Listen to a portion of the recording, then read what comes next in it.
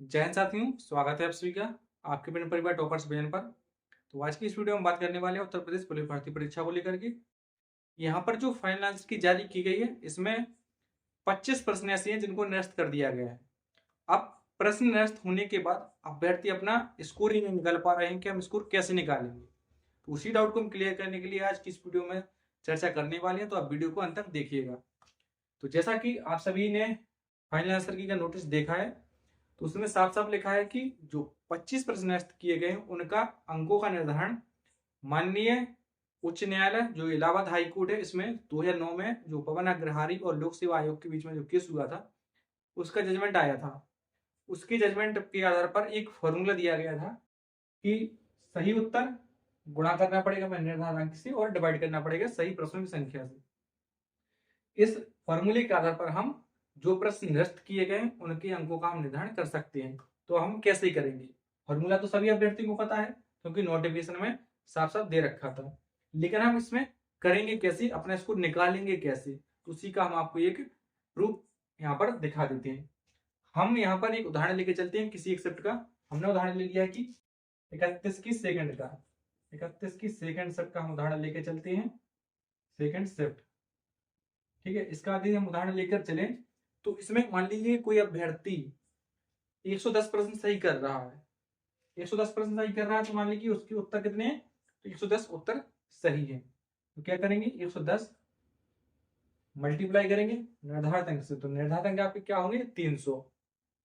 300 से मल्टीप्लाई करेंगे, डिवाइड किससे करेंगे? तो सही प्रश्नों की संख्या। अब यहाँ पर सही प्रश्नों की संख्या कितनी होगी? तो आप यहाँ पर देख पा रहे हो कि 31 की जो सेकंड शिफ्ट में इसमें 7 प्रश्न कैंसिल हुए हैं, तो 150 प्रश्न थे इसमें, 7 प्रश्न कैंसिल हो चुके हैं, तो आपके अब सही प्रश्न कितने बचते हैं? 143। तो यहाँ पर संख्या आपकी 143 हो जाएगी। अब इसको सॉल्व करेंगे तो आपका जो भी आएगा वो आपका फाइनल स्कोर नहीं होगा। तो फाइनल स्कोर क्या होगा उसको भी मैं आपको एक बार बता दूंगा। तो अभी मैं इसको कैलकुलेट करके आपको बताता हूँ इसका स्कोर कितना आता है। जब हम इसको कैलकुलेट करते हैं तो आपका कैलकुलेट करने के बाद आपका क्या स्कोर यहाँ पर रहता है। तो जब हम इसको मल्टीप्लाई करेंगे 110 पे 300 से, 110 मल्टीप्लाई 300 और इसको डिवाइड करेंगे हम किससे? 143 से, तो आपका स्कोर निकल के आता है 230.7, 230.7।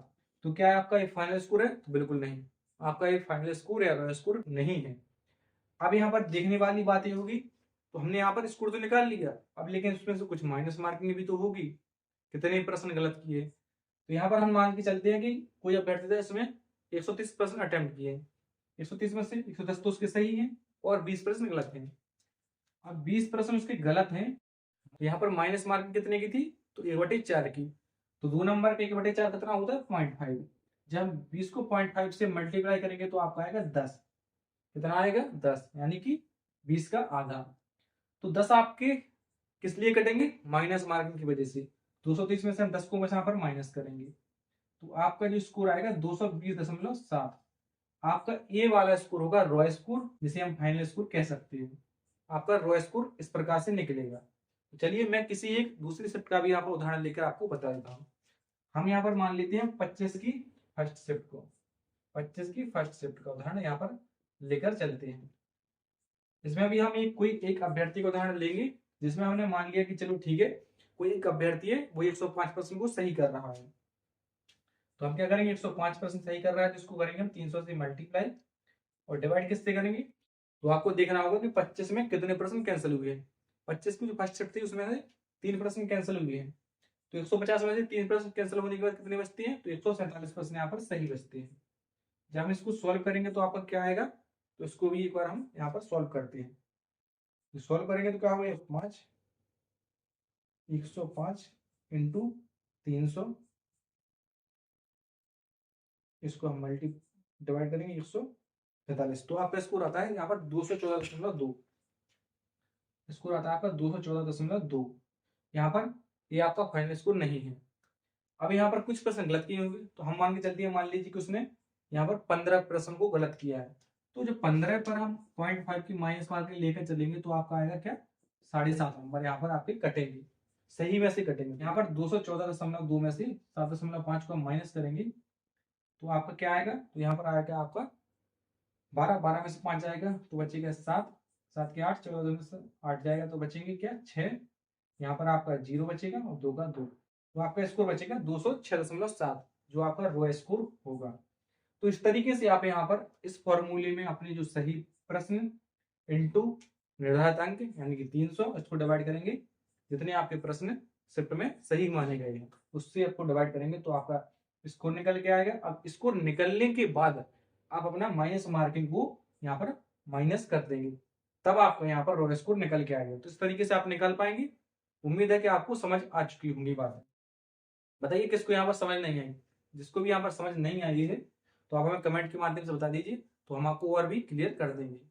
बाकी यहाँ पर फिर भी कोई आपका डाउट है, आप नहीं निकाल पा रहे हैं स्कोर, तो आप हमें व्हाट्सअप कर सकते हैं, अपने सही प्रश्न अपनी शिफ्ट बता सकते हैं, तो उस तरीके से मैं आपको आपका फाइनल स्कोर निकाल के बता दूंगा। आप यदि आपको अभी भी कोई डाउट लग रहा है कि फॉर्मूला कहाँ से आया, कैसे आया और किस तरीके से हमने यहाँ पर कैलकुलेशन की है, तो आप हमें कॉल भी कर सकते हैं। मैं आपको यहाँ पर बारीकी से आपको समझा दूंगा किस तरीके से यहाँ पर अंकों का निर्धारण होता है।